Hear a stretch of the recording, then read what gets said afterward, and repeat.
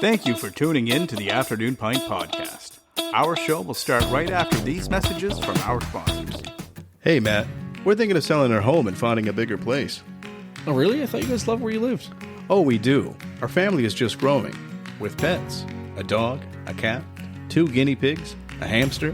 And you're planning on getting more? Maybe a goat or a crocodile. Well, I have the person for you.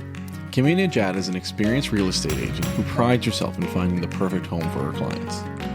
We're just browsing now. I'm not sure if we really need a realtor yet. Yeah, no worries. Kimmy can help you with the comparative market analysis to help you determine the value of your home if you're planning on selling, or help you determine the going rate for the neighborhood you're moving into. She can also work at your pace. Awesome. All right, I'll give her a shot. What's her phone number? On Facebook, Kimmy Najad, Exit Realty Metro. Her phone number is 902-880-8429, and her email is kimia@exitmetro.ca. 902-880-8429. Awesome. Thanks. This podcast was brought to you by Dan Lomas. That's LOMAS of lomasfinancial.ca. Are you a small business owner who wants to keep more of your hard-earned profits and pay less taxes to the CRA? Do you want to plan for a comfortable and secure retirement? If your answer is yes, then you need to talk to Dan Lomas at Lomas Financial. Dan Lomas is a financial advisor who has been helping successful entrepreneurs and business owners for over 2.5 decades. He utilizes customized solutions that can help you keep your earnings, dramatically reducing passive income tax. Dan Lomas and his team will help you transition corporate wealth into personal wealth by utilizing customized executive pension plans.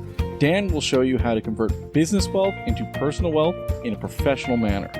Don't let the CRA take more money than they deserve. Don't let your retirement dreams fade away. Contact Dan Lomas today and let him guide you on your path to financial success. Visit Dan Lomas at lomasfinancial.ca or call him direct at 902-209-0855. That's 902-209-0855. Cheers. Cheers. Love it. Welcome to the Afternoon Pint. I'm Mike Tobin. I'm Matt Conrad, and who do we have here? I'm Ryan Alfred, or Ryan Gomes. It's probably my real name, but people know me as Ryan Alfred on social media. But cheers. Cheers. Ryan. So Ryan Yes. is a dun dun dun, Dun, dun. Coors guy. Or, Stop. Yeah. He's one of those Coors Light and Bud Light. You're just going right into it. Going right into him. him. You go right for the throat. Right that's for the throat. Bad. Well, first, let's go back a step. How do you know Ryan? What's the story? Okay, here? you know what? Yeah. I will explain, because you know what? The funny thing is, this is the first time Yeah. I've ever We've seen been him in person. Okay. But we've known each other for 4 years. 4 years. Okay. Yeah. We've been friends for 4 years. And Yeah. God, it was a long time. It was mutual friend or something. I don't even friend, know. I think. Flight center. A lot of it came through. A lot of it, I think, came about through when I ran on the election. Yeah. And we had a mutual friend. Right. And so basically, Ryan was a happy coincidence. Yeah. When I was running. Yep. Added me to Facebook. Followed Loved your along the platform. campaign. Yeah. And he just reached out and said, "Hey, Yeah. I can't vote for you," because he lived in Dartmouth, but he was like the platform, like what you're about. Cool. Yeah. And Cool. honestly, 100%. even though this is the first time we've been physically in person together, we've had a lot of really great chats over just chatting through Facebook and Messenger. 100% over the years we chatted a lot. Gosh, when you were in that avenue of your life, I was like wanting to relocate to Herring Cove so I could vote for you. Like, I really was like, this man needs to take over the country. And that's a big compliment, because he's Mr. Dartmouth. Loves Dartmouth. So you got him on the show just because he likes you. Is this not what it is? That's it. That's all this is. Yeah. Oh, right. 'Cause I'm like, get back into the field. Get back in. I'll run the campaign. Okay, I see. No, you know what? Actually, I think Ryan has a really cool story. So, and I think that we like to tell really cool stories. Yeah, for sure. Mm-hmm. And I think that this is his story is why we decided to do this. Cool. So that's why I kind of wanted to have him on there. I don't know where we want to start, but I mean, I don't know. Let's start with the beers really quick. We're at Burnside Brewing again. We're super quick, and I'm having a knob beer today just because I'm a little bit tired. Oh, knob beer. So I'm trying the Nomad. Don't judge me, but it's actually really nice. What are you having? I'm doing the Hazy Pale Ale. This is one of their experimental brews. Yeah, try that. Yeah, it's 4.5%. Pretty good. Nice beer. I don't know what I'm drinking, Mike. What am I drinking? Pilsner. Pilsner. Did you get him the Czech Pilsner? Czech yeah, Pilsner. that's solid. Yeah. Really I like solid. it. Yeah. I actually really like it. It's Yeah, super good. 4.2. So, you know, It's it's, great. on It's that light. lighter side. Yeah. Yeah, exactly. Yeah. Yeah. It's amazing. Now, better or worse than Bud Light? Or a quarter sword? I don't want to do that to Burnside because these people are lovely. But you know what? I think this could up Bud On Light. par or above? It might Okay, might okay. up a Bud Light We're for getting sure. somewhere. Told you I'd win you over someday. God. We got to get folks over to the craft beer community. I know. Yeah, that's Yeah. our goal here. It's Support so local. huge. You've got a big community, so I don't know if you need to get more, but you're growing. we need them It's all. not big enough. It's only 10% of the beer sales in North America. Is that true? It's only That's like it? 10%. That's it. In Nova Scotia, though? I thought wonder it would if it's be different way in Nova more. Scotia. No, than it's not. that. It's pretty much consistent throughout the whole Really? thing. Yeah. Yeah, it's only about 10%. You just can't keep up with those Because mass I numbers, buy right? zero generic beer now, and I've been like that for probably 10 years. I'm the exact same. What's generic beer? Well, like Coors Light, Bud Light, or, Keys. or a Molson okay, or whatever, yeah. right? Like, I mean, nothing against it. No. Yeah. And actually, I'll still have it. I'm Yeah. not ignorant towards it. I Yeah. think there's actually some great popular beers. Right. One of my favorites, and some people disagree, but Moosehead Light, I think, is a fantastic beer. Yeah. You know what? really nice Moosehead beer. is one of the. Right. It's still an independent brewery, first of all. Yeah. And it's one of them the more bigger. It is the largest independent brewery in Canada, I believe. Mm-hmm. And their beer is actually good. Like Good honestly, beer. yeah, Good it's a good beer. beer. And my respect for craft breweries is growing. Mm-hmm. I mean, years ago, I wasn't politically correct. I would go into restaurants and they would tell me what they had on the menu, and I'd say, "Do you have anything not homemade?" And people used to, so that's bad. So yeah. I learned very quickly that's not a nice term. So I don't use the term homemade. I do use the term craft. So I'm growing and I'm evolving. I didn't know. I It didn't is. know. I didn't know homemade was a bad thing to say. It was a bad thing to say. All I right. learned very quickly from a waitress. And fine. You know what the thing is though is like it shouldn't be because homemade beer can actually Yeah. be awesome beer. Yeah, I've made some absolutely. excellent beers at my home. Yeah. Right. Seriously, I have. So My neighbor Phil, who listens to the show, makes good beer. oh, Really good beer. congrats, Shout out Phil. to Phil. Shout out to Phil who hasn't given me any beer yet. But all right. love it. So Ryan, okay. Yes. So I guess do let's it. start. Well, let's start from the beginning here. So I mean, Ryan, one of the things that we kind of that I thought was kind of unique, and even the first time I mentioned it to you. Mm-hmm. So Ryan became a grandpa Okay. in a very at the time a very unique Yes. situation for the Yes. time. So why don't you Yes. tell us a little bit about that? Yes, I remember you approaching me about that. So the rewind on that would be I'm in a relationship for 30 years with a partner. It's a same-sex relationship. It was a long-term relationship. My partner had 2 children from a previous marriage who I met when they would have been toddlers. So I spent most of my life with them growing up. Yeah. And then, of course, they become adults. And like any family unit, they have children. One of the children, sometimes, I refer them as our children, even though I didn't birth these children, or obviously, gave birth to a baby boy. And suddenly we're grandparents. Yeah. And we're, older, over 50, gay couple with a grandchild. There you go. It's just Yep. surreal. And yeah, I have a son, and now I have a granddaughter, because my ex-partner's son has now given birth to a baby girl. Oh, congrats. Just recently, over the past little bit. And so there's children involved in the dynamic of the whole relationship, which is interesting after a long time. Yeah, I mean that certainly adds a whole lot of a different relation. You said 30 years. 30 years. 30 yeah. years. So I mean that is first of all, you don't look like someone. Whatever your secret is, Is it? you got to tell us I have a because chamber. I sleep in a chamber. is that what it is? No, I don't. Sleep upside down in a chamber. No, I don't have any secrets. I mean, maybe I'm just rested. I've been, There you go. it could be rest. I have no secrets. I don't feel young. Many days I'm like, oh my gosh, I think I'm 80. I feel like I've lived 50 lives. Like, That's only because And no diss to them, but that's only because you listen to old people radio. Oh, are you going after my radio? Yes, I am. I know. I had a feeling you might, but he listens all the time. I would sit there and he'd be posting about how he's listening to what's the Seaside FM. Seaside FM. Yeah. I do listen to Seaside FM a lot. It's great. Honestly, it's great local radio. But it is great local radio, and I love the people there, and I love my Friday nights. You know, I've have a soft spot for Seaside FM, and yeah, maybe it's a sign that I'm actually really 52. Have you ever been in the place? No, I've never been inside. I've been inside. Actually, really cool. I want to go inside. So, you know, because it's just a house. It's just a house. Yeah. You know, and they maintain that house and they run local radio. And I think it's just so wonderful that they do that. And they have these volunteers who are so passionate about radio, passionate about beer and local business like you guys are. I think it's amazing that they keep that going and people support it. You know, I think it's wonderful. But. I do too, actually. I joke about it. That's only because like everyone who I know listens to it or is always like my parents or my uncles and aunts. You're going to listen to Anne Murray on a Friday night one day, Matt. Well, you will. Older Tupac's going to be on that channel. Too. That's right. Seriously.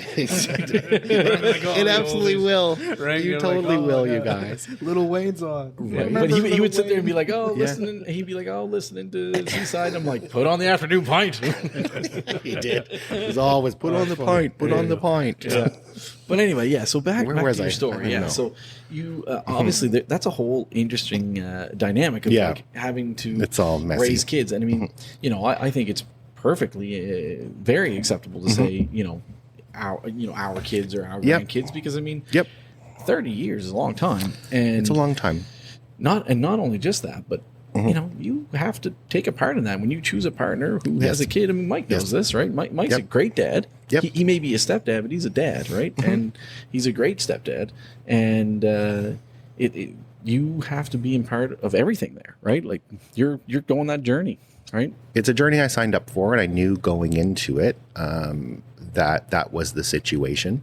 I do want to preface that, 30 years ago when I met my partner was not married. Right. Okay. I think that's important for me to clear that my partner was not married. My partner was separated and living by themselves, and this was something that was a done deal. Right. And I knew going in that there were children involved. And I'm so grateful for the experience to be part of those kids' lives, that I had them in my life for that amount of time. And to see them grow when they were teenagers, their ups and downs, their messy 20s, their everything. Yeah. It was a lot. But, and then, our relationship dissolved last year in July. So the partner you were with for 30 years is no longer with me. Okay. So it was very, very challenging because it wasn't just about, divorce is not unique. Separation is not unique. And I know that's not a unique story. But I think in my context, what was different is sometimes people were evolving and we're growing about like the modern family. People don't always associate long-term same-sex couples with a family unit. Right. Yeah. They just think, they've got 2 jobs and no kids and they travel the world, and they don't think that there's not a family unit involved. Like that, the dissolving of that is big. It's a full-on separation, and separation is trauma. It's trauma for everybody involved in it. Yeah. The people involved, the family involved, who it ripples to. It's a whole other element of things that are there that I don't think a lot of people even think about. I've had so many comments where people say, "You're so lucky. There weren't kids involved. You guys never had kids." Well, we kind of did. There were kids involved. Yeah. Kids and grandkids, obviously. Kids and grandkids and all of that. But, it is what it is. Well, I imagine that, that's a long-standing relationship, so you probably still have a strong relationship with those kids and grandkids now, I would imagine. Fairly strong. I want it to be stronger. There's been some tumultuous moments, like with any separation, that have not been ideal. Right. By any means. And, there's a level of confidentiality that you want to keep about your personal matters that you don't want to disclose to the world or those children, or there's pockets that are private that keeping them private can also impact how things are perceived. But either way, it happened, and we're working through it. I have a grandson, I have a granddaughter who I haven't met yet because I just got home. But that's I just got home. I haven't even met my granddaughter, who I'm going to meet next week. But it's been a revolving ride of things, you know. Yeah. So that was the story. It was long and a long journey for sure. Are you doing okay yourself? I'm doing great. Yeah. Compared to where, like where I was 6 months ago was dark. Right. It was not good. Right. It was the darkest moment of my life. Without disclosing, as I said, too much, I was blindsided. I will say it wasn't my decision. Yeah. I had a home Yeah. we worked for, a beautiful home. Yeah, you loved your neighborhood. You were Our always neighborhood, so proud of your yeah. neighborhood. And that was something you were. Our you were community, quite yeah. we were the hub. Our neighbors were always at our house. Yeah. You were in Dartmouth? Yeah, Yeah. Where were you in in North Dartmouth. We were just off of Wise Road, in between Albro Lake and Okay. Jameson on a side street. Yeah. Tiny little house, like one of those little war houses, a little monopoly house, we called it. One of these like little 900 square feet homes. And, Yeah. we were like a community hub, and we had great relationships with our neighbors. Yeah. People came over all the time. We were always entertaining and barbecuing and fire pits and parties and music. And, everything seemed like this is what you work for in life. Like we finally got there. Yeah. I'd sit down some nights and I go, wow, we finally done it. Yeah. Like it might have taken us till we were in our late 40s, but we did it. And I'm Right. so proud that we did it. Yeah. So And I mean, you know what? Like you can always look back and say you had that. I had it. Right? Yeah. Yeah. Yeah. Even if circumstances change and you can go grow and figure something else out, you had it. I had it. You made Yeah. it. And we Good did job. have it. So Yeah. it was an accomplishment. And And 30 years ago, I mean, starting a relationship with someone, Yes. being gay, very different world than it is today. 100%. Today, 100%. You can walk comfortably in your own skin for the most part. 30 years ago, I imagine it'd be very, very different. Well, it that's- was and I think very that- different. And I Yeah. think that's another thing to your former partner there. It's like, obviously he had a relationship, a heterosexual relationship, obviously before. Yeah. Yes. And so, I mean, it was, that's the unfortunate masks that people had to choose to wear. That's right. That being said, as terrible as it is, you guys gained huge from that, obviously. We did, Yeah. 100%. It was, I can't speak for, on his end, there would have been trauma because there was a separation from a beautiful wife who went through the trauma of that course. separation. Absolutely, yeah. right? And I the mean, other layer of that, and who we you, don't sometimes think about that stuff enough. Oh, I think or about it. address that. I Yeah. mean, I feel so much sympathy for that woman. so much sympathy, and she's a strong woman, and I Yeah. have a lot of respect for her, and I've grown it over the years of what she went through and what she would have faced, going through that transition. I can't imagine. Yeah. I don't even know how you come out the other side of that, but I know you do. But I can't imagine the road was nice.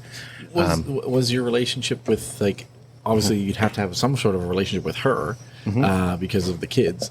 Like, was that fine over the years, or? It wasn't fine in the beginning, but from what I recall in the beginning, it was not always smooth. Yeah. But as time grew and people heal and you start to resolve, the relationship started to mend, and I ended up developing a relationship with her as well, and saying, I've talked to her many times, Yeah. and I still talk to her. So it's definitely a healed process, but I think that's good for the kids, though, right? 100%. It would have been good for the kids for sure, and I think it was. So as time progressed, things became more comfortable. It became more of a family unit. My partner's family became my family because that's what I had. My family was all in Ontario. Yeah, that's what I was going to say. Yeah, they were all in Ontario. So my family unit was basically my partner's family. Right. So when the separation of me and my partner happened, I was also grieving the loss of my partner. Right. And my immediate, my family. Yeah. It felt like everything was gone. My home, everything. Was there a gone. moment like where you, was there a fear that maybe you wouldn't have a relationship? Because as you said, his family became yours. Mm-hmm. Was there a moment where maybe you felt a little isolated and that you may lose that family? 100%. There were days, weeks that I felt it's all gone. I was just on the phone with my family in Ontario. That was what I had for comfort in terms of family.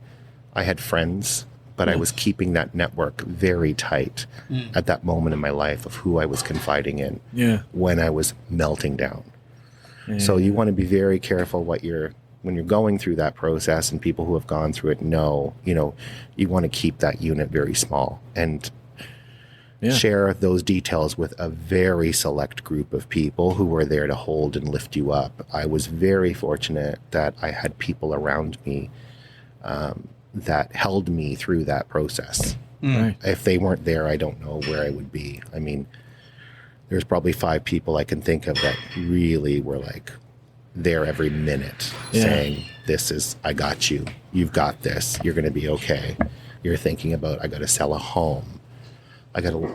All of this has to dismantle. Yeah. It was so much. And you're also and on top of that too, selling your home, there's that thought, because you're quite involved in your church as well. 100%. So you have another community there that is so close, right? Yeah, Matt, I was very involved in my church in North Dartmouth, at the United Church, Stairs Memorial. I worked there. I was involved in all aspects of that church. It's behind my house. Okay. I'm integrated to my home. Right. And I have a network there. It's dissolving. I don't know where I'm living.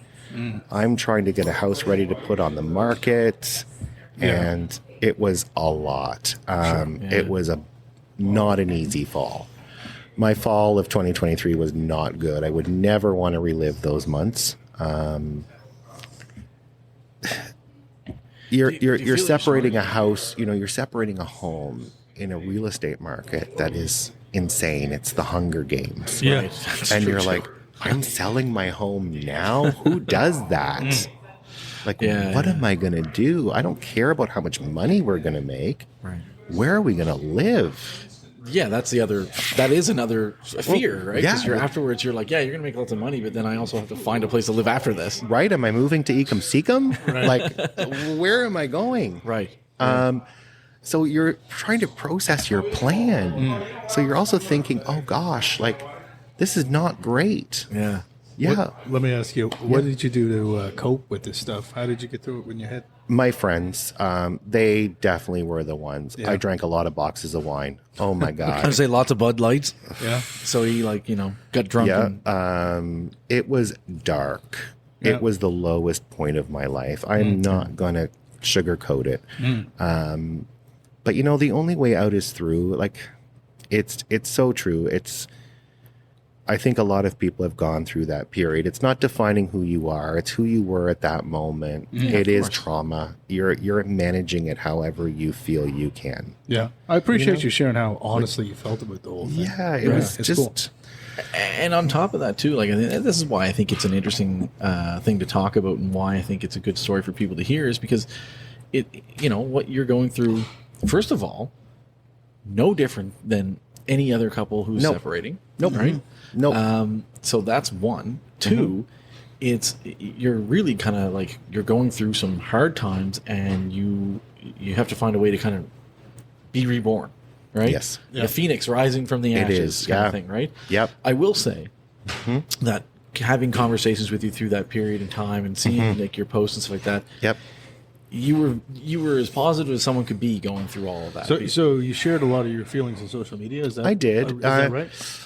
Filtered. Okay. Yeah. Yeah. They were Did you get a filtered. lot of support through I social did. media? I Okay. did. It helped me. But I was also very conscious of the content I was putting on. Yeah.